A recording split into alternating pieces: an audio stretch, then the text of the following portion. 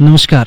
Yugvani media नेटवर्कले राजधानीमा तयार पारेको बिहान 11:30 बजेको खबरबानीबाट प्रज्वल साक्यको। खबरबानी काठमाडौँमा रेडियो उपत्यका 87.6 मेगाहर्ज र रेडियो उपत्यका.com.np मार्फत सुनिरहनु भएको छ। खबरबानी सुरु गरौं मुख्य खबरका शीर्षकबाट।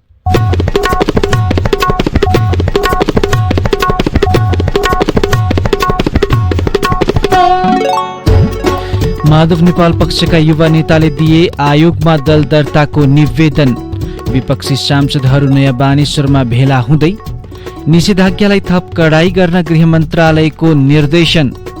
भारतका 14 राष्ट्रमा ब्ल्याक फंगस महामारी घोषणा र मेस्सीलाई 8औं पटक Pichichi trophy. Oh my God Vinita, तिम्रो घरमा त अल्ट्राटेक ब्रान्डको सामान मात्रै पो देख्छु। हो नि, हाम्रो घरमा त अल्ट्राटेक ब्रान्डका घरायसी सामानले भरिएको छ। बलियो र टिकाउका साथै भरपर्दो सेवाको लागि टुक्क छु। त्यही त, kitchen chimney, cooking range, oven, fridge, induction चुलो, इन्फ्रारेड चुलो, स्ट्यान्ड फ्यान, वल फ्यान र आरो फिल्टर पनि रहेछ। यो आरो फिल्टरमा त तातो पानी र चिसो पानी पनि आउँछ। अनि तरकारी फलफुल पखाल्न डिटक्सिफायर पनि छ। म पनि आजै अल्ट्रा शोरूम जान्छु र सबै सामान लिएर आउँछु। कहाँ जाँदा उचित होला? अल्ट्राका घरायसी सामान देशैभर उपलब्ध छ। नजिकैको डिलर तथा डिस्ट्रिब्युटरमा जाने नि। For more details, visit www.ultragroup.com.np. Phone number 0141170434117143. World Trade Center, 2nd floor, Tripureshwar. For dealer and distributor, 9851 000505. Ultra Group.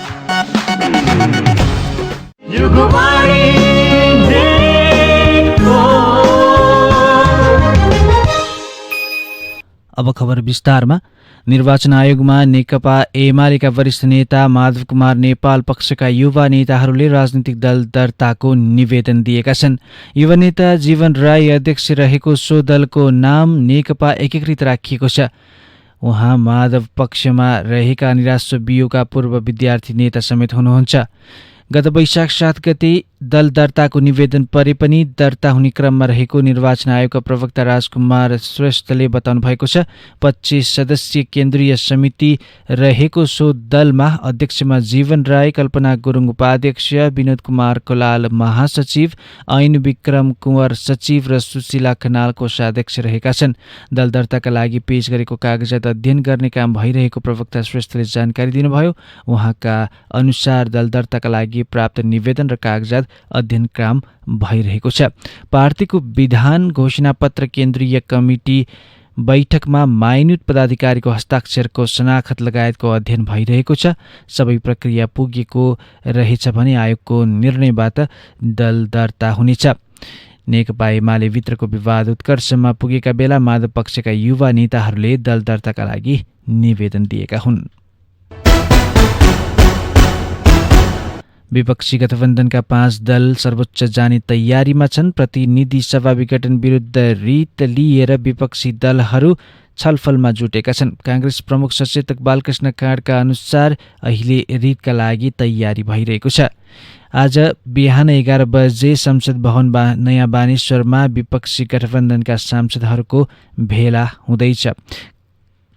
काँडका अनुसार प्रधानमन्त्री ओलीले गलत नियतका साथ प्रतिनिधि सभा विघटन गरेका कारण कानुनी लडाईँका लागि आफूहरू बैठक बस्न लागेको बताउनु भएको छ। रिट लेखन र हस्ताक्षर सङ्कलन कार्य सकिएमा आजै नभए भोलिसम्ममा सर्वोच्च जाने तयारी विपक्षी दलको छ।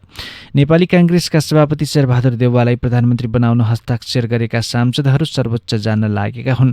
कांग्रेस, नेकपा माओवादी केन्द्र, नेकपा एमालेको माधव कुमार नेपाल पक्ष, जनता समाजवादीको बाबुराम भट्टराई, उपेन्द्र यादव पक्ष, राष्ट्रिय जनमोर्चाका शीर्ष नेता सांसदको हस्ताक्षर सहित सर्वोच्च जाने तयारीमा जुटेका हुन्। जनता समाजवादी पार्टीको केन्द्रीय कार्यकारिणी समिति बैठकले अध्यक्ष महन्त ठाकुर र नेता राजेन्द्र महतो सहित 4 नेतालाई स्पष्टीकरण सोध्ने तयारी गरेको छ। शनिबार बसेको अध्यक्ष उपेन्द्र यादव र नेता बाबुराम भट्टराई पक्ष मात्र सहभागी भएको बैठकले 4 नेतामाथि स्पष्टीकरण सोध्ने र केपी शर्मा ओली नेतृत्वको सरकारले गरेको प्रतिगामी कदमलाई साथ दिनेहरूमाथि छानबिन गर्ने निर्णय गरेको छ। पार्टी केन्द्रीय कार्यकारिणी सदस्य नवराज सुवेदीका अनुसार पार्टी नीति विपरीत कार्य गर्ने नेताहरूमाथि कारबाही प्रक्रिया अघि बढाउने निर्णय भएको छ। 51 सदस्यीय जसपाको कार्यकारिणी समितिमा यादव र भट्टराई पक्षको स्पष्ट बहुमत छ। उक्त बैठकले अध्यक्ष महन्त ठाकुरलाई पार्टीको निर्णय विपरीत ओलीलाई प्रधानमन्त्रीमा आफ्नो दलको समर्थन छ भन्ने पत्र राष्ट्रपति कार्यालयमा बुझाएको बारे स्पष्टीकरण सोधिएको छ। त्यस्तै नेता राजेन्द्र महतोलाई संसदीय दलको विधान नै नबनी आफू संसदीय दलको नेता चुनिएको भनेर राष्ट्रपति कार्यालयमा पत्र पठाएको स्पष्टीकरण सोधिएको हो। नेताहरू लक्ष्मणलाल कर्ण र सर्वेन्द्रनाथ शुक्ललाई सरकारले बनाएको संविधान संशोधन कार्यदलमा बसेको बारे स्पष्टीकरण सोधिएको छ। यसअघि सरकारले नेकपा एमालेका 3 जना र जसपाका कर्ण र शुक्ल सदस्य भएको संविधान संशोधन कार्यदल बनाएको थियो। कर्ण र शुक्लले पार्टीको निर्णय बिना नै कार्यदलमा बसेर वार्ता गरेकोमा स्पष्टीकरण सोधिएको एक नेताले बताउनु भएको छ।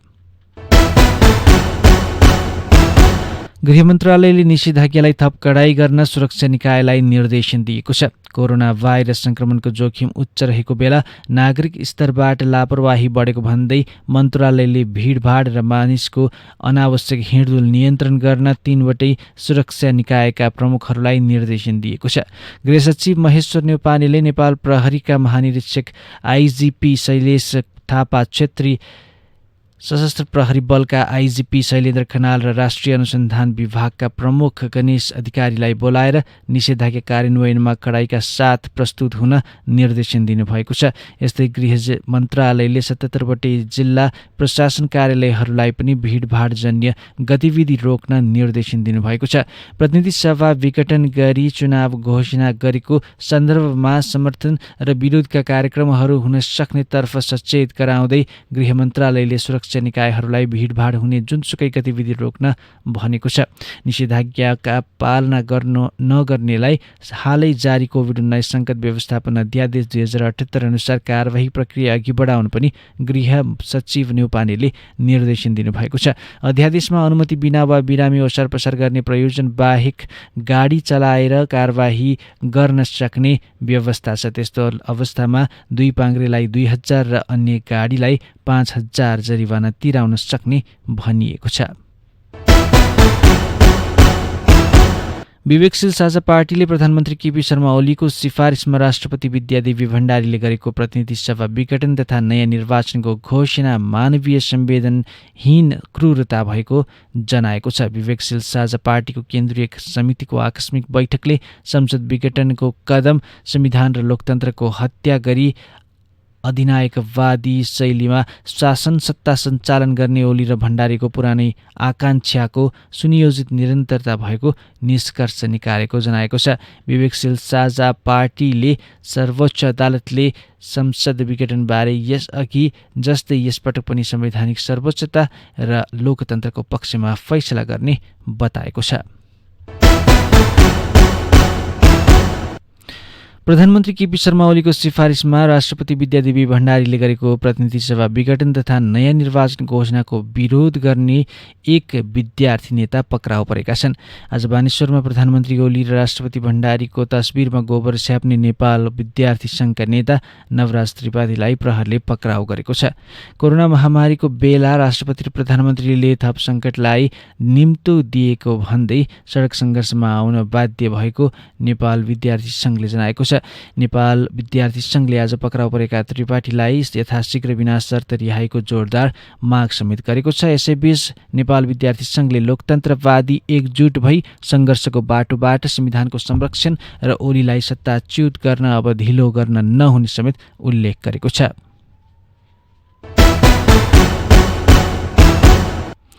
चीनको स्वशासित क्षेत्र तिब्बत सरकारले नेपालमा अनुदान स्वरूप दिएको लिक्विड अक्सिजन तातो पानी हुँदै काठमाडौँ आइपुगेको छ।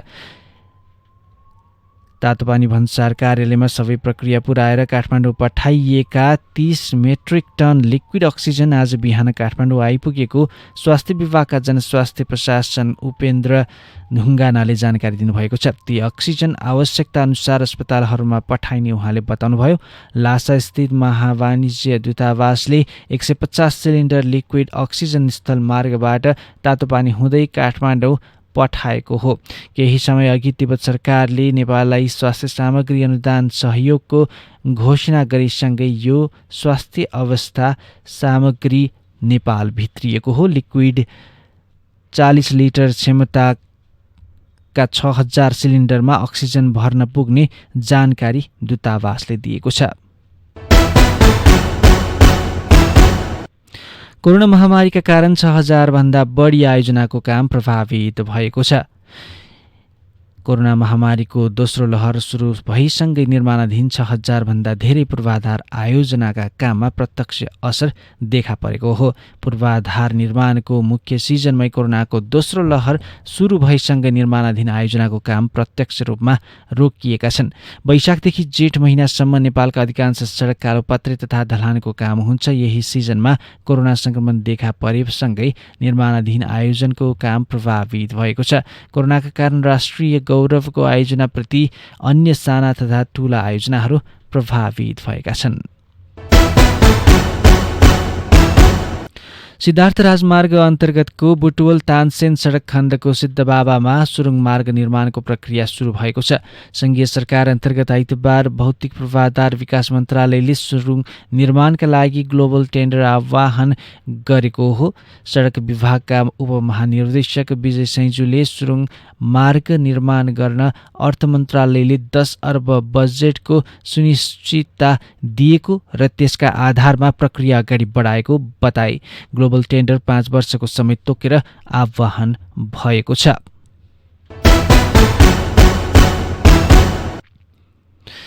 रोल्पामा ठूलो परिणाममा अत्याधुनिक हतियारको म्यागजिन र गोली भेटिएको छ। त्रिवेणी गाउँपालिका 2 रामपुर गाउँ नजिकै बाँसघारीमा एसएमजी म्यागजिन 23 थान, M16 को म्यागजिन 1 थान, LMG म्यागजिन 1 थान बरामद भएको छ।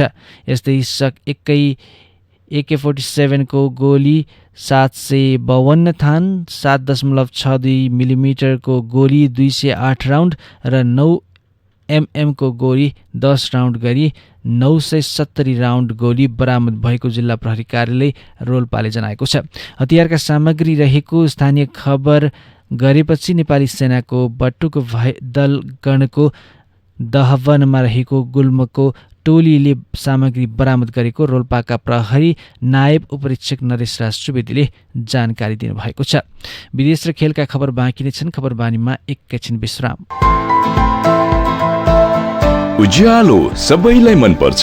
निरन्तर उज्यालोको लागि अल्ट्राटेक ब्रान्डका LED लाइटहरू 85% भन्दा बढी बिजुली बचत, उच्च गुणस्तरीय तथा नयाँ प्रविधि युक्त 2 वर्षको वारेन्टी सहित अल्ट्राटेक ब्रान्डका बल्ब तथा प्यानल लाइटहरू सर्वत्र बजारमा उपलब्ध छन्। किफायती र भरपर्दो नाम तपाईँ हाम्रो अल्ट्राटेक ब्रान्ड।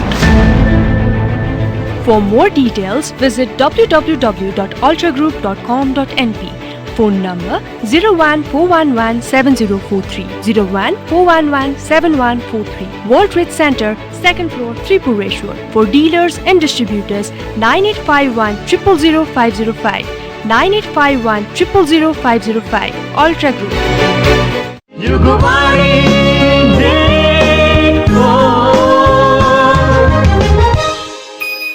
खबरबानीमा पुनः स्वागत छ। अब विदेशका खबर। कोरोना महामारीसँगै देखा परेको ब्ल्याक फंगस तीव्र गतिमा फैलिन थालेपछि भारतका 14 राज्यमा ब्ल्याक फंगस महामारी घोषणा गरिएको छ। महामारी घोषणासँगै ती राज्यहरूले ब्ल्याक फंगसका बिरामीहरूको लगत सङ्कलन गर्नुका साथै उनीहरूको उपचारमा विशेष व्यवस्था गरिएको त्यहाँको सरकारले जनाएको छ। भारतमा पछिल्लो समय कोरोना संक्रमितहरूमा देखा पर्न थालेको ब्ल्याक फंगसका कारण गुजरात, महाराष्ट्र र हरियाणा, आन्ध्र प्रदेश राज्य बढी प्रभावित भएका छन्। गुजरातमा 2 दिनमा 2200 बढीमा ब्ल्याक फंगस देखा परेको छ। यसैबीच भारतको स्वास्थ्य मन्त्रालयले जारी गरेको ब्ल्याक फंगस नियन्त्रणका लागि औषधि तयार पारेका 5वटा कम्पनीहरूलाई अनुमति दिएको छ। पछिल्लो समय ब्ल्याक फंगसका कारण भारतमा 1000 भन्दा बढीको मृत्यु भइसकेको छ। ब्ल्याक फंगस कोरोना संक्रमित र संक्रमणमुक्त भएकाहरूमा देखा पर्न थालेको हो। अब खेल बार्सिलोनाका कप्तान लियोनल मेस्सीले पिचिची ट्रफी जित्नु भएको छ। ला लिगामा यस सिजन सर्वाधिक गोलकर्ता बन्दै मेस्सीले पिचिची ट्रफी जित्नु भएको हो। बार्सिलोनालाई उपाधि दिलाउन असफल भए पनि मेस्सीले 30 गोल गर्दै पिचिची ट्रफी जित्नु भएको हो। यस सिजन मेस्सीको टिम बार्सिलोना तेस्रो स्थानमा रहन सफल भयो। अवार्ड जित्ने क्रममा मेस्सीले रियल मैड्रिडलाई फरवार्ड करिम बेन्जेमालाई पछि पारे। मेस्सी बेन्जेमा भन्दा 7 गोलले अघि रहे। बेन्जेमाले 23 गोल गरे। यसै गरी भिल्ला रियलका जेरार्ड मोरेनोले पनि 23 गोल गरेका छन्। मेस्सीले 8औं पटक पिचिची ट्रफी जितेका हुन्। यस्तै मेस्सीले लगातार 5औं पटक पिचिची ट्रफी जितेका हुन्। उनी लगातार 5 सिजन यस अवार्ड जित्ने पहिलो खेलाडी हुनुहुन्छ। खबरबानीको अन्तिममा मुख्य खबरका शीर्षक फेरि एकपल्ट।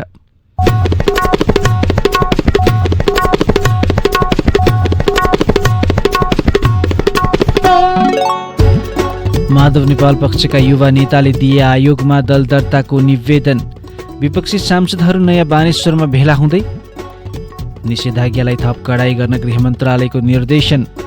भारतमा 14 राज्यमा ब्ल्याक फंगस महामारी घोषणा र मेस्सीलाई 8औं पटक पिचिची ट्रफी।